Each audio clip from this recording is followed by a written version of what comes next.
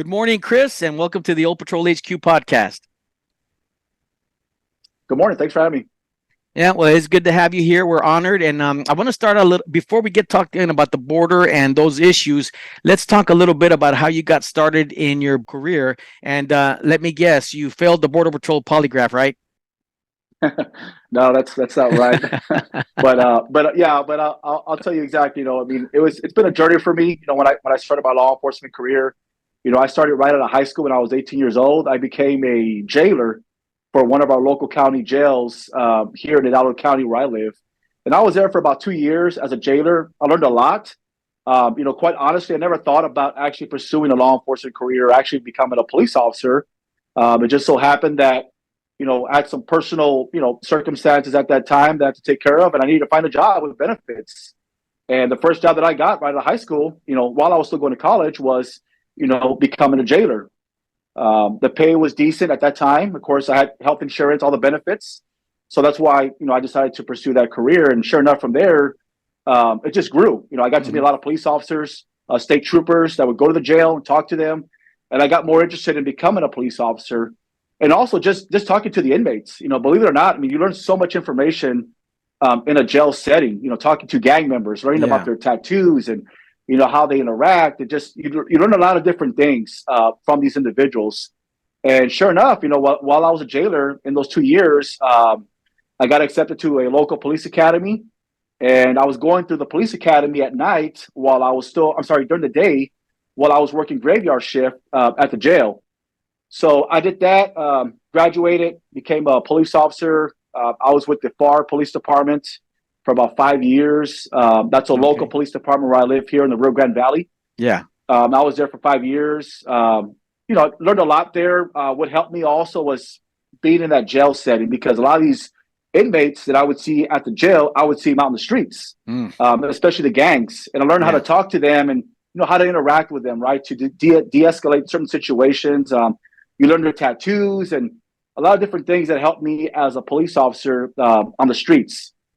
Of course, in those 5 years, just dealing with domestic calls, drug drivers, investigating accidents, assaults, kidnappings, murders. I got to experience it all, in 5 years. And actually, I was 21 years old when I started my law enforcement career as a police officer. So very young. And I got to experience a lot, especially, being here in the Rio Grande Valley. It's a very busy area. Yeah. Especially at that time, there was so much going on. So I got to learn a lot and work with different agencies and just build those relationships. During that time, in those 5 years, I was part of the SWAT team. So that was another, opportunity for me to learn more, about, just being involved in some type of tactical team. Yeah. So got to experience a lot. And then, of course, at that time, I decided I wanted to be a state trooper. And I applied with DPS in 2007, and I got accepted to the DPS Academy in January of 2007. So I went to Austin. Our academy is in Austin. I was there for 28 weeks. It's a 28-week academy. Yeah. Very rigorous. It's almost like a boot camp type academy. And graduated in August of 2007. And I was lucky enough to get stationed back at home in McAllen, Texas. And that's where I'm at right now. And I've been there ever since. So been very fortunate. How many years now? To be able to make it back home. I've been with DPS since 2007, so going on about 17 years now with 17 DPS. years. Yeah. Wow. So I was a trooper for almost 8 years. Never really, was really looking to promote right away, because I really enjoyed being out on the road. Yeah. Just really enjoy, doing that type of work. And, I got to the point where as I, kind of progressed in my career, I wanted to become a supervisor, and I became a sergeant in 2016. So from 2016, that's when I actually decided to promote. And again, I became a sergeant. Again, got lucky enough to be a sergeant in my duty station in McAllen, and I got to supervise 10 troopers. And those 10 troopers were prior law enforcement officers. So it really helped me also progress in my role as a supervisor, because a lot of experienced, individuals that I got to supervise from, just different personalities, different backgrounds. And from there, just kind of progressed. And then I became the spokesperson in 2019 when I got that opportunity to become the spokesperson for our region in DPS, which covers from Del Rio to Brownsville, Texas, and then from south of San Antonio. So I cover the Corpus Christi area. So Been that spokesperson since then. So again, and of course, a lot transpired during that time as well. Now we have a border situation, which Of course, never yeah. thought that I would be right in the middle of. Yeah, But now here we you're are. literally Here we the are. face. You're literally the face of the Texas DPS there, and in Yep. regards to well, actually, you're across the board when it comes to reporting about what's going on, especially in Texas. But let me ask you this: in your entire career, has it been more dangerous to work the streets of Texas or to work this media circus that you're dealing with the border and all that? What's more dangerous? Honestly, I enjoy what I do right now as far as on the media side. Yeah, there's been some challenges, from different media outlets, and you get to experience that, but it also makes you better, right? It makes you a better Yeah, yeah, spokesperson. You get to learn a lot. But honestly, if I would say something, what was more dangerous is actually being on the streets, especially as a city cop, because domestic calls, going to these domestic calls, these family disturbances, assaults. I mean, that right there is obviously the unknown when you go into those type of environments, not knowing what you're yeah. going to deal with. Well, When you have a I meant husband and that wife. tongue in cheek. Yeah, yeah, yeah. Right? No, Because I understand. sometimes, like in for me in the border patrol, and for many of us today, we'd rather deal with smugglers and and dope Yeah, smugglers in out in the middle of nowhere in the middle of the night than deal with this circus and government, social media, and all this stuff that yeah. At least we know what we're dealing with on the street, right? It's Right, pretty right. straightforward, but out here in the media circus, it's just it could be a little bit of a mess. It is, but I enjoy it. Honestly, I really do enjoy it because the way I look at it is when I got this position is now I can be a voice for our agency, for our troopers. I can actually, talk about the work that we're doing now, especially with the border, even more so now, because even prior to me taking on this position, with DPS, we weren't really so much involved, this much involved with the border or anything else where we'd actually kind of, talk about what's happening, right, as far as on the media side. Yeah. Doing ride-alongs, all these different type of media events that we've had. So that's what I look forward to. So honestly, I mean, I enjoy it. I really do. And I enjoy challenges because, again, I want to be that voice. I want to actually talk about what's happening, the reality of the situation from the field so that people can really understand what's happening, because there's so many different stories out there about the Oh border. yeah. So many different perceptions, but I try to show what's really happening, on the field, actually being out there with our troopers and actually showing it. I think that's what helps. So I enjoy that. I'll take that, over dealing with any type of domestic call or anything Yeah. else. That's fun. I mean, I do enjoy that as well. Right. But Right. I do enjoy this moment right now because, again, I think it's so important that to get that information out there to the American people so they understand what's really happening from a law enforcement perspective. No, that's true, and that's the thing, right? That's the one of the reasons I really was glad that you accepted my invitation to come and speak on Old Patrol HQ, because one of the things that sets you apart right now is the fact that, and we talked about this earlier, you can tell the absolute truth about what's going on out there. You can say exactly Yeah. what's happening on the ground. You guys reported, you see the reports daily. Before this administration, you hardly ever heard of Texas DPS. All I ever knew about Texas DPS is that they're the descendants of the Texas Rangers, right? And that's correct? Is that correct? Yeah. So Yeah, you I guys think come for the from the most Texas part. Rangers. Well, I mean, DPS as a whole, I mean, obviously everybody knows the Texas Rangers, right, because of their history, right? So Right. when you hear about And Chuck DPS, Norris. and Chuck Norris, right? So I think the first perception for people, they really see it as, okay, DPS, Texas Rangers, right? But as far as the Texas Highway Patrol, the troopers, the backbone of the agency, of course, those are the troopers that are out there, wearing the Texas tan uniform, the cowboy hat, cowboy Yep. boots, out there on the road, stopping cars, investigating crashes, criminal interdiction.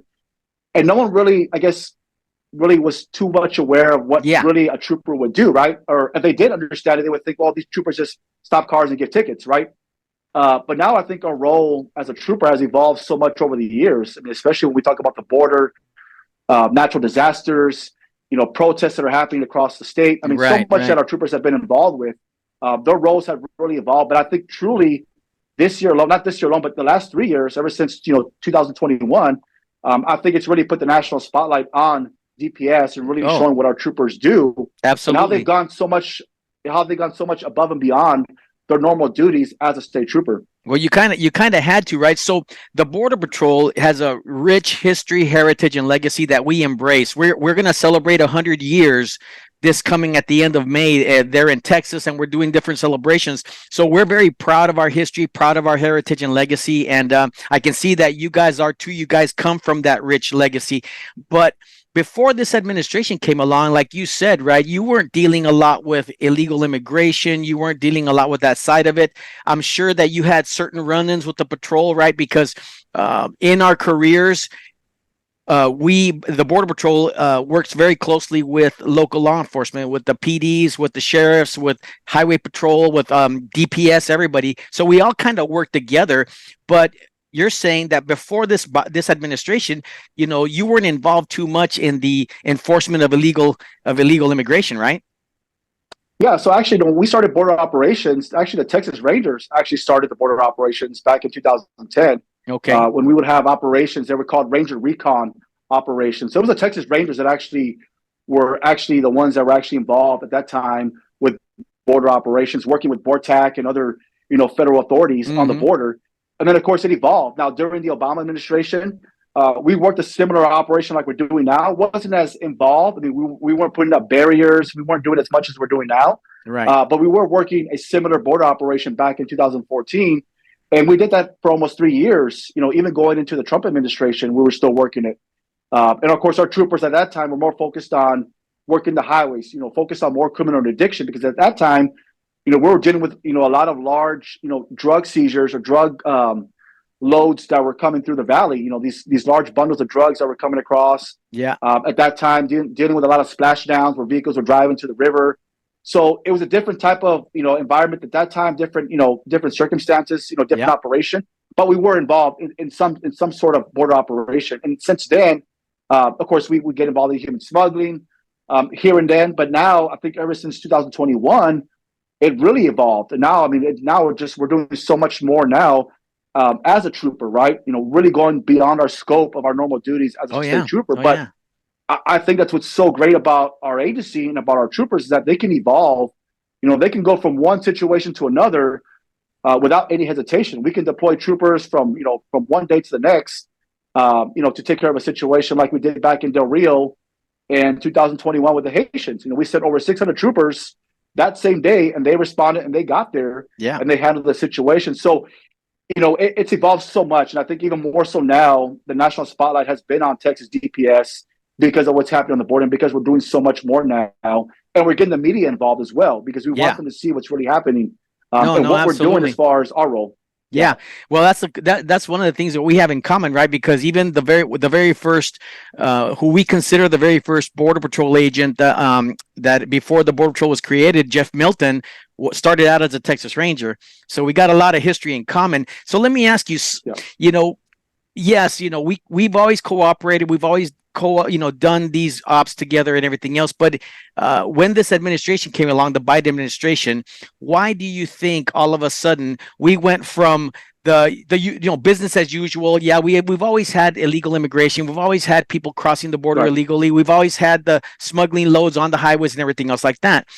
But what changed at that point? What made the difference? Why this catastrophic, disastrous influx of people just coming in day and night and watching our Border Patrol agents and our federal agencies literally hands are tied to do anything about it? What changed?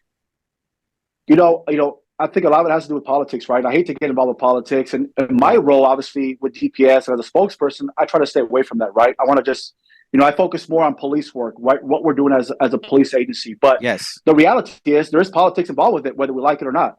And I think the fact that 2021, and I see this from a law enforcement perspective. I'm not talking about politics, right? But we saw a sudden change, a drastic change in policy, where it pretty much opened the floodgates. That particular moment, 2021, was the changing moment for us on the border, because regardless of the criticism and what people think, whatever side, whatever political affiliation you're with, whatever party, the fact of the matter is that the numbers speak for themselves. We saw it from day one. 2021, we saw this drastic, increase in illegal immigration. And of course, with that, as you mentioned, it tied up Border Patrol agents. It just strained those resources where now they could no longer patrol on those vulnerable areas along the border where they could focus on criminal activity, because now they're focusing on these large groups that are coming across the river by the hundreds, by the thousands at times. So that changed in itself. And I think, again, there's no disputing that. We know the policies changed. Every policy that was effective, in regardless if you weren't a fan or maybe you thought some of those policies prior to that weren't great, but it Right. did work. It did slow the flow. It was manageable. Yes. But I think after that, once all those policies, the border wall, all that was completely dismantled, we saw a drastic a change from just one day to the next. Right, And I right. think there's 90, no argument. 94. Yeah, Yeah, 94 executive orders taken, just because they had Trump's name on them, taken and removed. Like you said, regardless of what you thought about it, we didn't stop and think how they work or how they don't work. We just got rid of them. And we saw, this is how I describe it, and see if you agree with me. I say that this is the greatest and deadliest taxpayer funded illegal immigration event and border security breach in the history of our country. Would you agree with that statement? absolutely. I agree 100%. I mean, just look at, in Texas alone, last 3 years, we have spent billions of dollars, Texas taxpayer money, no support from the federal government. Everything that we've been doing for the last 3 years, the funding, the manpower, the hours that are put in, the equipment, the border wall, all the infrastructure that we place along the river is all Texas taxpayer money because we're not getting any support from the federal government. So I think that in itself also shows you that there is some type of, personal issues there Yeah. with the federal government in Texas, right? They don't want to help us. So we're having to take on that responsibility ourselves and do it, and do it. Right. So, but yeah, I think going back to what you were saying, I mean, it really is, I think, my personal opinion that this is the greatest, mass illegal immigration movement that we have ever experienced, Yes. at least in my time. I've been on the border through different administrations, different governors. Yep. As I talked to you earlier, different law enforcement careers. It's all been on the border, and I've seen the changes. And I think what we have experienced ever since 2021 is nothing like we've ever experienced before. And I think any other border expert, any other person that's been on the border that works the front lines would agree. So now before this whole borders, crisis began to happened, you were already busy enough with crime around Texas, crime in your neighborhoods, crime in your communities, and everything else. Now all of a sudden, you are literally smack dab the lead agency in Texas when it comes to apprehension and going after illegal alien criminals and everything else like that, right? Because again, DHS and CBP is mired in the politics, mired in this whole these policy issues. Most Border Patrol agents that I talk to daily are just sick and fed up. They feel abandoned by the administration, abandoned by their union, abandoned by everybody around them, because it's like all they seem to want them to do is to process and release, which is so demoralizing to us, right? Because we considered ourselves the best law enforcement agent on the planet, no offense, right? But that's what we thought of ourselves. But now we've been reduced to the sidelines while we watch DPS, Texas DPS, literally do the job that we were created to do 100 years ago. So what is, all of a sudden now, what is the typical work now for Texas DPS? I can tell you, the last 3 years, working the border has pretty much been our, primary duty now. Yeah. As a state trooper. Even prior to 2021, we were dealing with the protests, when it involved, the George Floyd protests, Yeah. COVID, of course, our troopers were dealing with that. Then, of course, 2021 comes, we have a border crisis. Now we have to change and adapt to that. And now that's become our primary duty now as a state trooper, especially those that live and are permanently assigned along the border. That is their primary duty now, is to do some type of border work. And that's where it has evolved. And, I spent a lot of time with Border Patrol agents, a lot of great agents out there. And of course, Yes. they do feel demoralized. They don't have a voice as far as anyone to speak up for them. And of course, they're not getting the support they need from their higher ups, right? The support that they need, because there is politics involved with that. Yes. And no one's really looking out for these agents. And that's why another thing too, that I try to do, being in this position as a spokesperson, is not only speak for DPS, but I try to be that voice for Border Patrol as well. Especially when I'm out there working with them, I try to speak on their behalf as far as the work that they're doing, to try to really highlight that, because as I mentioned, there is really no voice for them. Right. Because there's just so much politics involved with it.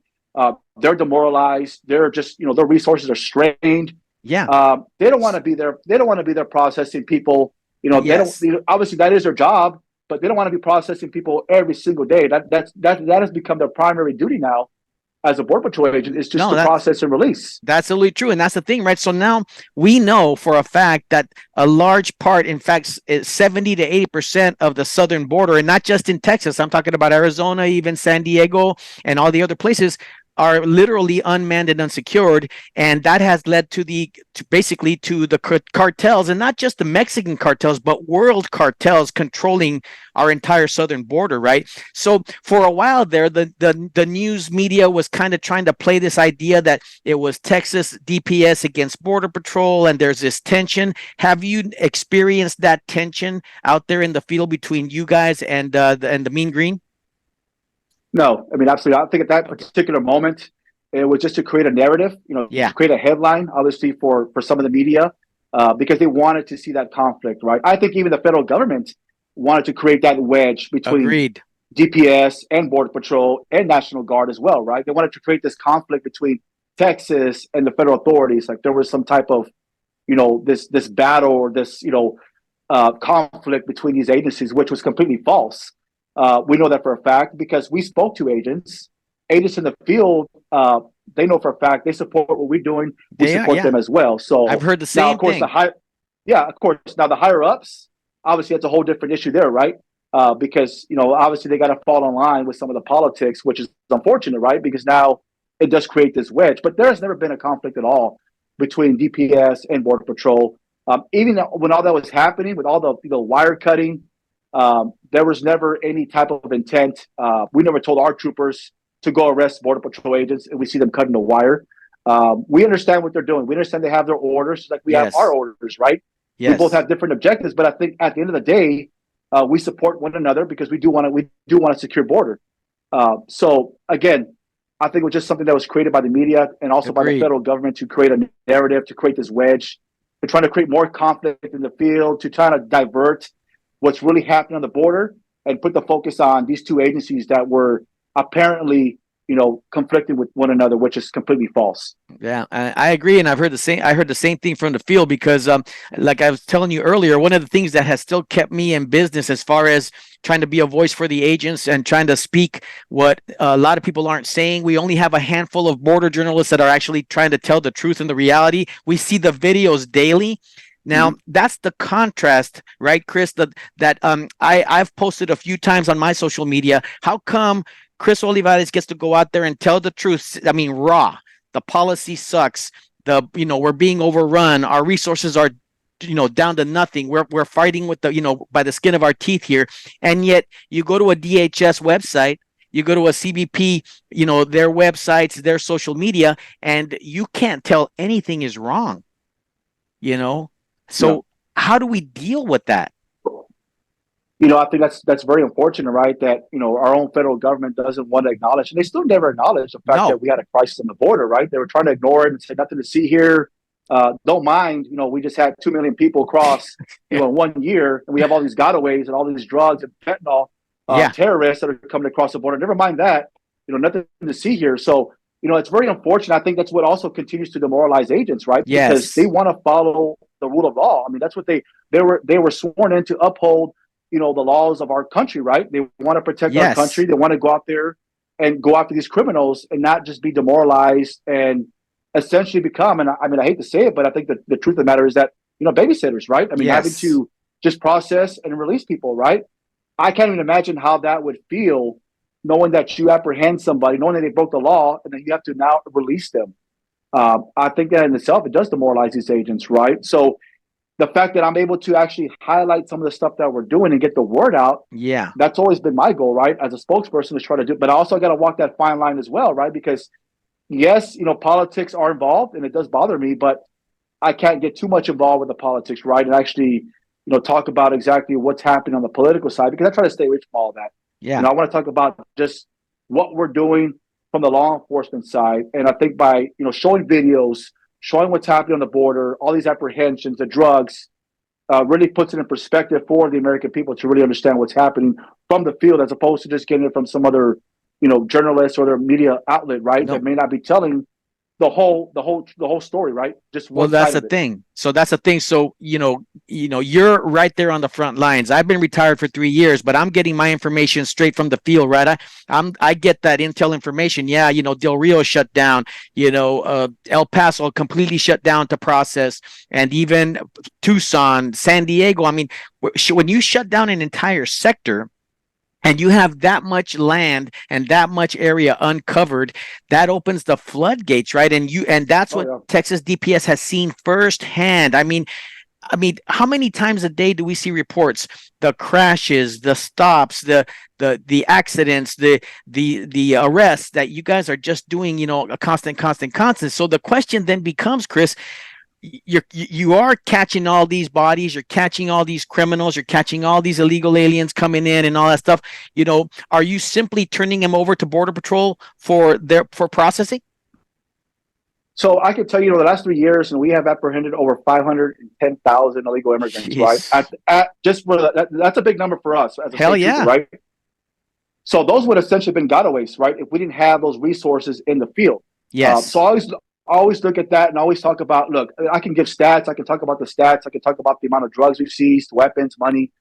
Um, and I can't even imagine how much worse the situation would be if, for one, if Governor Abbott hadn't launched this operation back in 2021, if we didn't have National Guard, if we didn't have state troopers, if we didn't have all the barriers along the river, how much worse could the situation be? It's kind of even hard to imagine that, right? Because it is pretty chaotic right now, what we've been seeing for the last 3 years.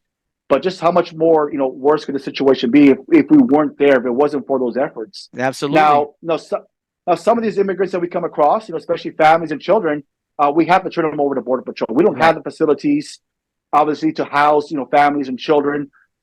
So we turn those over to Border Patrol. Our focus is the single adults, single men, single women, the gotaways, the criminals. We can arrest those. Now, of course, you're well aware of this as well. In the last 3 years, we've had so many different challenges from the federal government trying to stop us Yes. by filing lawsuits after lawsuits because they're trying to stop us from enforcing the law. And one way to get around that, is one to enforce state laws. And one way that we've been able to arrest some of these illegal immigrants that are crossing the river or even on ranches is actually to arrest them for criminal trespass, which is a Okay. state crime.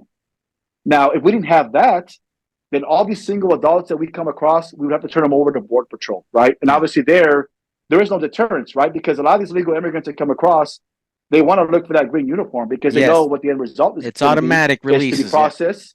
Exactly, to be processed and released. Now, when they see a tan uniform or National Guard, they want to avoid that because now they know that if they come across us, meaning DPS or a National Guard soldier, they're going to get arrested and they're going to go to jail. So I think we've seen that change. And that's where some of those challenges have been, is trying to find different ways where we can enforce our state laws and try to stop some of this illegal immigration that's taking place between the ports of entry. Well, I'll tell you what, San Diego's not too happy with you because all you did was send them all Yeah. over to them. you know, Yeah. but that's the thing too. It's like I actually have benefited from that Texas that Texas fear that criminals have of you guys, because when I first got out of the academy, I got the cowboy hat right away, and when I used to go out into the field, everybody thought I was from Texas, and they were afraid of me for some reason because of the hat. So I did Yeah. benefit quite a bit from you guys' legendary status.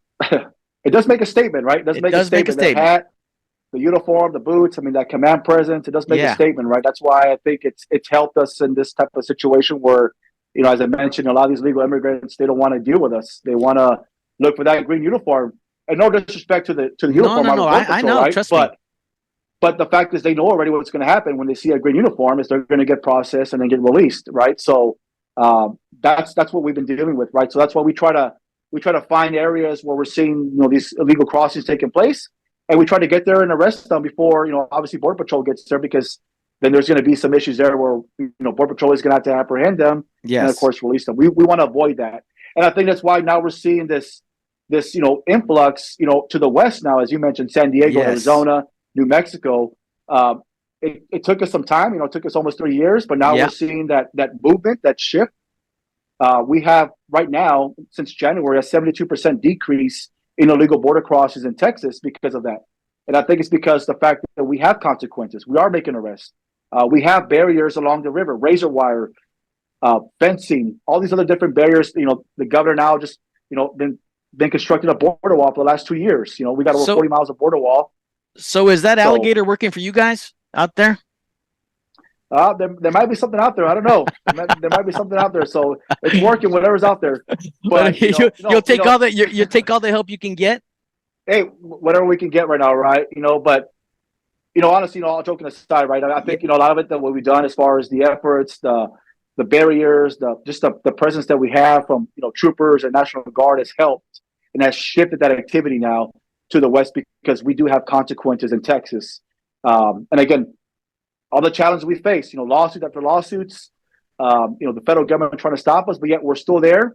And I think now because of those efforts, I think it's a clear result and a testament of the work that we've been doing that it has shifted now to the West. Now we're trying to sustain that. Yeah.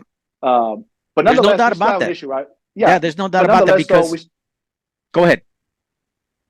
No, but I was going to say, though, even though we have that shift now, we can focus more now. We can have more troopers, more resources dedicated now to the criminal activity, human smuggling, the drug smuggling, the gotaways. So that helps us also now because now we can really focus more on those type of, that type of activity as opposed to, dealing with these large groups that are coming across. So, looking at the whole picture, right? The reality is that the Texas DPS has stepped up to this in a way that we have never seen, again, in the history of the Border Patrol and history of America. We have never seen such a, catastrophic illegal alien influx, and not only the illegal side of it, right? But we've maxed out all the legal sides of it as well. Even the CBP app is funneling in people that, so that's a whole other issue entirely. We're talking about the border, but that's the thing, right? So the Border Patrol was created for one reason only. There's only one reason why the Border Patrol was signed into law, and that's enforcement. Okay, we were enforcement-minded individuals. That's our history. That's our legacy. That's your history and legacy. And so you got all these men and all these women who, yes, took an oath, swore to protect America, right, from all enemies, both foreign and domestic. And it almost seems like we're importing the foreign ones in and making them domestic, at such an alarming rate, Chris, that we can't even tell who's who anymore. We don't even keep them long enough in the Border Patrol to even get the derogatory information in time by the time they're already out the door, because we got thousands still waiting in the wings to get processed. So that it's not just about illegal immigration, it's about a massive border security breach, right? And every agency, law enforcement agency in this country is going to have a hand if anything truly catastrophic happens, in terms of a terrorist attack, which I believe it's not going to happen that way. It's going to be a little more centralized, a little more focused, a little more guerrilla warfare. But there's no doubt that now our entire focus, right, your entire focus as Texas DPS, and then unfortunately on the negative side, the Border Patrol focus to just manage this influx of, without any kind of, we literally have no help coming. So all that to say, looking forward to the future, looking forward to to November, between now and November, and whatever happens the next election, we won't discuss that stuff. But how do you see this playing out as we keep going? Well, I just want to touch on a good thing that you mentioned. I've always said, look, that's why when Governor Abbott launched this operation back in March of 2021, Operation Lone Star, it wasn't so much to focus on the large groups that were coming across the river, but it was to focus on the criminal activity, because we knew for a fact that Border Patrol was going to be tied up processing, and that was going to expose more vulnerable gaps along the border where they're not going to be patrolled. Yeah. And that's what we would fill in, those gaps, right? And that's why I always say, our focus is public safety and national security threats, right? That's what we're dealing with. And we've seen it firsthand. There's been so many stories out there with illegal immigrants that have been released to the country that have criminal backgrounds because they weren't properly vetted, or they had to be released because of overcrowding. And now we're seeing these tragedies take place across the country. Yeah. Especially with terrorists, right? Suspected terrorists that, Border Patrol releases them now, not because they want to, because they're told to. And then they find out days later that individual was wanted or on the terror watch list. Now you got to go and locate them. So we've seen all these different tragedies, all these different stories, right? That's the reality of the situation when we talk about this is more than just illegal immigration, as you mentioned. This is more than a humanitarian crisis. This is public safety and national security. And I think it's only a matter of not if, but when something serious will happen as far as some type of terrorist attack here in our country, because of so many individuals that have been in the country right now. All the gotaways, over 2 million gotaways. Then you look at all the terrorists that have been apprehended by Border Patrol. I mean, that only tells you that there's more that are in the country right now that are in the country that have gone undetected. So that's what's concerning to us as far as law enforcement. It should be concerning as well to the American people. And I've always wondered, I've always, questioned this is, even with all that taking place right now, we've seen it, the loss of life, fentanyl, how it's killing, tens of thousands of Americans every single year. Yet our federal government still does not do anything to try to stop it. They want to ignore it, nothing to see here. They want to try to pretend or gaslight the fact that, okay, yes, we are going to try to do something this year. Why this year? Because it's a political year, right? But I think right now it's a little too late, because I don't see any foreseeable changes happening this year at all as far as on the border. I think we're still dealing with a serious situation. We talk about threats to public Yes. safety and national security. Even though the numbers may be down, I know a lot of the media too as well will try to highlight that and say, well, the numbers are down. They're not. We're not dealing with 10,000 like we were before. Now we're dealing with 5,000. Well, that's still nothing. That's not sustainable. That's not normal. That's still It's record still numbers from before Yeah, anyway. That's like saying exactly. that gas prices are, you hike up gas to $10 and then bring it down to 8 and say, see, we're doing so much better. The numbers Yeah, are no. still beyond all records of the history of this country, even when they're low, even at their low supposedly right now. And I think we're now, even for the fiscal year, fiscal year 24, I think we're at 1.5 million right now. So this is going to surpass the previous year, regardless of the fact that numbers are somewhat down. Yes. But even on top of that, we're still dealing with all the other criminal activity that's taking place. All the crime that's taking place throughout the country because of illegal immigrants that have been released into some of these cities and some of these states. So, what I see, obviously, like I said, I just, it's unfortunate that we're not going to see any changes, at least, this year. We'll have to see what happens after November, right, and see what happens in the coming years. But this is still going to be a serious situation that we're going to be dealing with, and I think it's only a matter of time where we possibly deal with another influx, whether it happens in Texas or happens in San Diego, Arizona, New Mexico. But this situation is not going to, it's not going to, decrease or go away anytime soon, because it's still happening. And we see Right. it, we've been seeing it from, throughout the country as well. Well, that's the thing, right? So the problem is also, Chris, is that, the rest of the crime in America has not just taken a pause for us to deal with this Yeah. crisis. Okay, now TxDPS is ramped up and has to take over the majority of the interdiction, illegal alien interdiction, but all the rest of the crime that was going on, in the rest of society, rest of the country, among our citizens, everything that hasn't taken a pause. So this isn't just been a crisis just a few months ago or just a few weeks ago. This has been a crisis since day one of this administration for 1,211 in 8 or 9 days, but I'm not counting, right? This administration, we've been underwater since day one. And yet, I don't even know how we've gone this far. The border communities all completely drained, completely devastated. Now our cities across the country, these gangs are making, now they're not even hiding the fact that they're setting footholds in every major city. They're not even hiding it anymore, right? So we do have quite a haul, and like you, unfortunately I wish we could have some positive news, except we know that that there is no help coming at this point. And would you agree with the idea that even if this next administration came in guns blazing with all the brass that it needed to really set the solution into motion, right? I still think that we're going to be dealing with the ramifications of this stuff for a few decades to come. Oh, absolutely. I mean, that's absolutely correct. I mean, the fact that they've allowed so many illegal immigrants into this country right now, regardless of who you have in the leadership role, right? And it's going to take some time to actually get us back to where we need to be. It's going to take years. It may take multiple administrations, right? And who knows what's going to happen in the years to come, right? So it's something that's going to change from one day to the next. Because the fact of the matter, yes, you may be able to stop some of the illegal crossings at the border, which is great. But now you still got to deal with the millions that are in the country right now and try to locate some of these criminals that should not be in the country in the first place. Yes. And then deal with those. So, and also on top of that, you're still going to deal with drug smugglers. You're still going to deal with human smuggling. That's always going to take place. So there's going to be a lot of obstacles, I think, for anyone in the coming administration, right? And even beyond that. So I think we have to look at that and see what we can do and really have some viable solutions, some real solutions. Be proactive. Obviously, not just talk about it, but actually do something, right? Right. And I think the first focus is stop the illegal crossings at the river, and then focus on those individuals that should not be in the country at all, and of course have them removed, right? Because we have to follow the law. That's why we have laws in place. And I think when you don't follow laws, we've seen that firsthand. What happens? What's the clear result of that when you abuse the laws that are currently in place right now?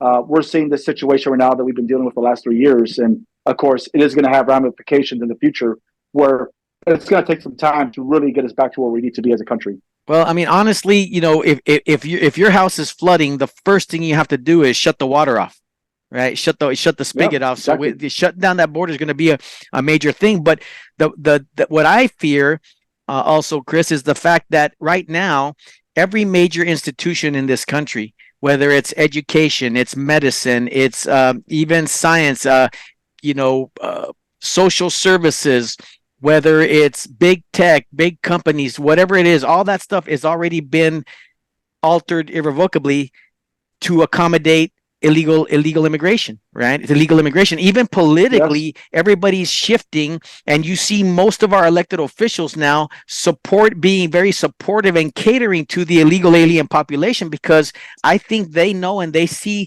the writing on the wall that illegal immigrants in this country, especially when they get counted in the next census, are going to change the entire landscape of our electoral college. So I think that that's where we see the whole of society shifting towards, is that accommodation of that illegal alien. And already our schools were already swamped and in trouble. Our medical was already in trouble to begin with. And now we're beyond. And I mean, every single border community is literally, billions in debt medically, right?